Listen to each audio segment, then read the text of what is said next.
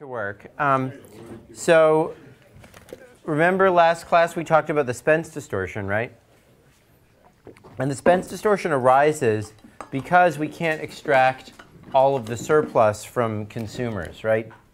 If we could get all of consumers' surplus, then we wouldn't need, we would be able to extract any value that they get from a change in the quality, right? And we wouldn't have to, and then we would have an incentive to set the quality equal to the same level that the social planner would set it, right? And this is also true of the classical quantity distortion that we began talking about, right? And so today we're going to talk about the idea of price discrimination, which is how a firm might be able to get some or all of the surplus that consumers earn and therefore eliminate the distortions or reduce the distortions that are associated with both quantity distortion and changing the qualities of the product. Okay, so we'll start by talking about first-degree price discrimination, which is sort of the ideal situation because it achieves efficiency. But we'll point out that this requires a lot of information. So in practice, price discrimination is not going to be perfect like this. It'll take some specific forms. And these are going to be very similar to the issues we were talking about with product design. So if you think about what are standard forms of price discrimination, you might want to offer a lower price to students. Now, if you think a store also has lots of cool gadgets and techno stuff, that's basically also a way of sort of selectively giving a lower price or a greater value to students, right? So in fact, most non-price the analysis of non-price and price discrimination are really very similar.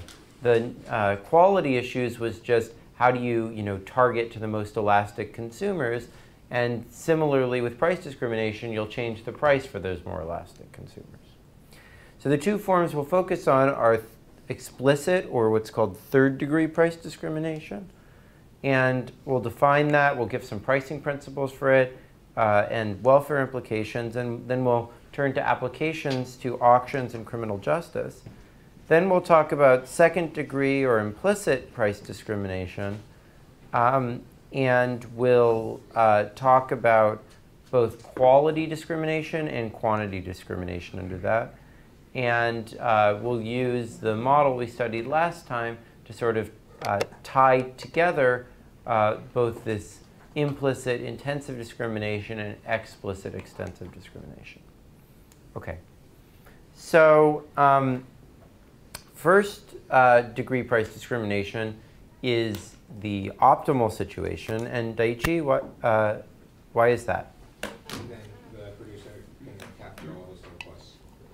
And what does that imply? Then all the socially efficient transactions are completed. Yeah, because the producer is able to capture all the benefit of those transactions and therefore wants as many transactions as are socially beneficial to take place. Absolutely. OK. So he charges every person a personalized price, a different price for every unit sold, right? And he matches the price for every unit exactly to consumers' willingness to pay, thereby capturing the full consumer surplus and achieving all the efficient transactions. Now, we rarely observe this sort of thing in practice, but let me see.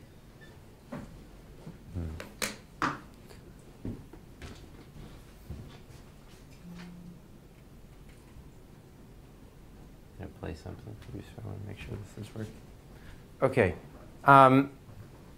But there are some institutions we observe that are try to get close to this. So one is if you have a very competent bargainer, they know how to look into your eyes and figure out exactly what you're willing to pay and can achieve something close to first-degree price discrimination.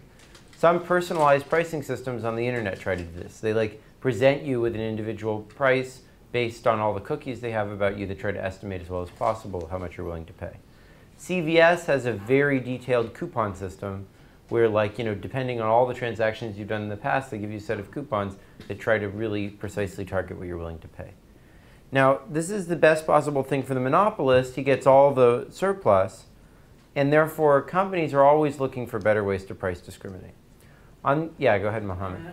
Can we, for like second price auction with the like food distribution that the people are like their willingness to pay is very close to each other, can we say that is also a first degree price discrimination? Because then every person like ends up paying as much as. If there are a ton of people who have very similar valuations, but in some sense, that's a case where like price discrimination is not really necessary, because there are so many people with the same valuation and you only have one unit. So you're like, you see what I mean? So I mean a third degree price discrimination would be closer if I like knew exactly what everyone's willingness to pay was, and I like said you have a reserve price that's equal to that, you know. So yeah, I mean you achieve efficiency in that case, but whether it's because of price discrimination or not, I'm not sure whether I would say that. Okay, so this is terrible for consumers, right? Because they get no surplus; it all gets extracted. But as Daiichi pointed out, it's also the optimal situation from the perspective of social welfare, because the firm has an incentive to maximize total surplus. It captures all of it, right? And in fact, first degree perfect price discrimination is as efficient as perfect competition is, right? Because every consumer is willing to pay above the cost as served.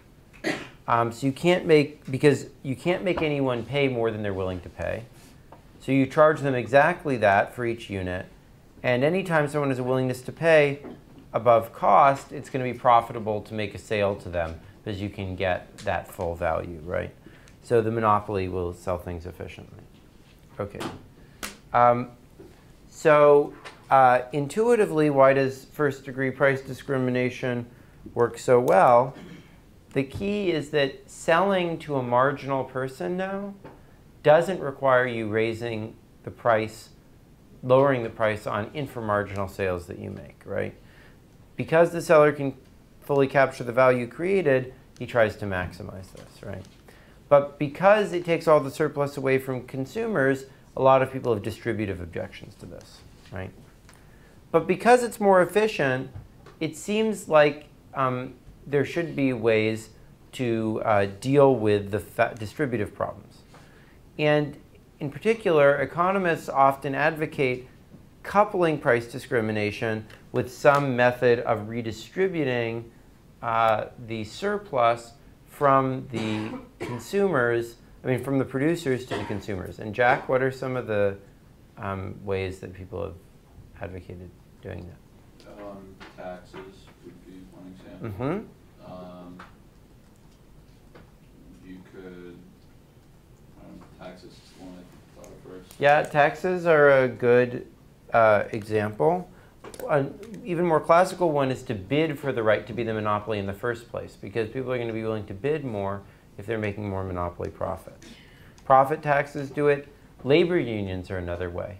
So if the firm's making a bunch of excess profits, then they're going to be willing to pay a lot to stay in the market, and their workers may be able to extract this, and the workers may be worse off than the shareholders are. So you might be able to extract some of the profits that way.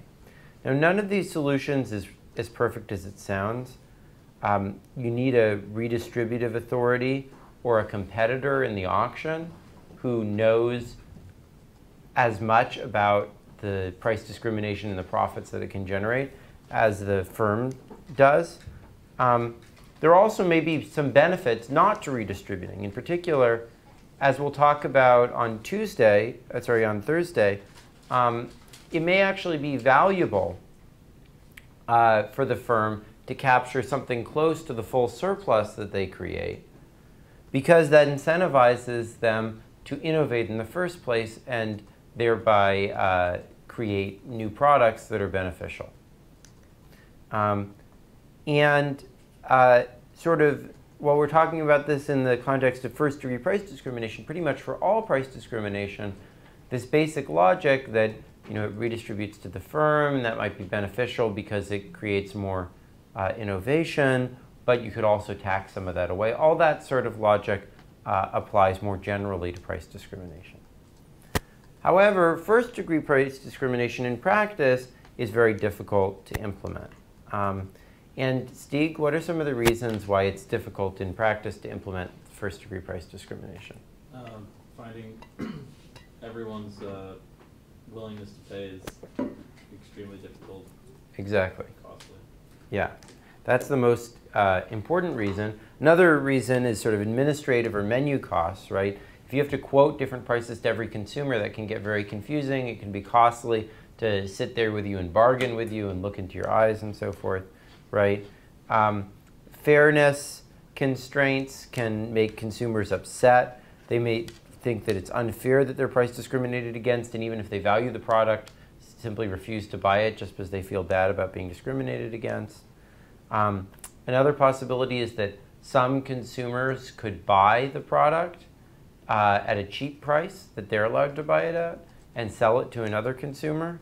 So a key example of this is in like many developing countries, the prices for prescription drugs are much lower than in developed countries, but that system is being undermined by the fact that it's quite easy to like buy the drugs in those countries and re-import them to the rich countries. Another example of that is textbooks. Probably many of you have textbooks that were illegally re-imported from developing countries. Also, a key problem is just what Stieg said, which is just getting information about how much people are willing to pay is very complicated, right? So, in other words, one way to think about this is that the fundamental source of the monopoly distortion is the lack of information that the monopoly has, right? If the monopoly had good information about consumers' valuations, there would be no distortion. So the source of the distortion is fundamentally information. Okay. So price discrimination in practice is usually partial. And in that sense, it's going to be very similar to the issues we dealt with in product design. So what price discrimination usually refers to is two types of things. One is what's called third-degree price discrimination or explicit discrimination, where you explicitly identify different classes of individuals and you charge them different prices based on some observable characteristics. Second is second-degree or implicit price discrimination, where you offer different types of products and allow individuals to self-select into them, but they're sort of targeted at different groups of consumers. Now, both of these have sort of Spencean goals. Both are trying to extract from inframarginal consumers who'd be willing to pay more than they're being charged, and redistribute to consumers who are on the margin, who you want to get to buy the product, right? So in some sense, this really is totally fungible with product design. When you set up a menu, so for example, if you have some really cheap option on the menu, but one that wouldn't be very impressive, to someone that you were going on a date with, you're trying to discriminate between people who are going there on a date or people who are going there just for themselves, right? Restaurant promotions are similar. When they offer, special deals on one day of the week, which is a form of what we would usually call price discrimination, that also seeks to target a lower price to certain groups. Offering dishes that appeal to certain types of people in a more implicit way is another way of effectively subsidizing that group of people. Another example of this is a famous restaurant in in Bogota, Colombia, or just outside Bogota, Colombia, has all sorts of amenities for parents who are bringing their kids, right? Now, they don't charge lower prices to those people, but they have all these amenities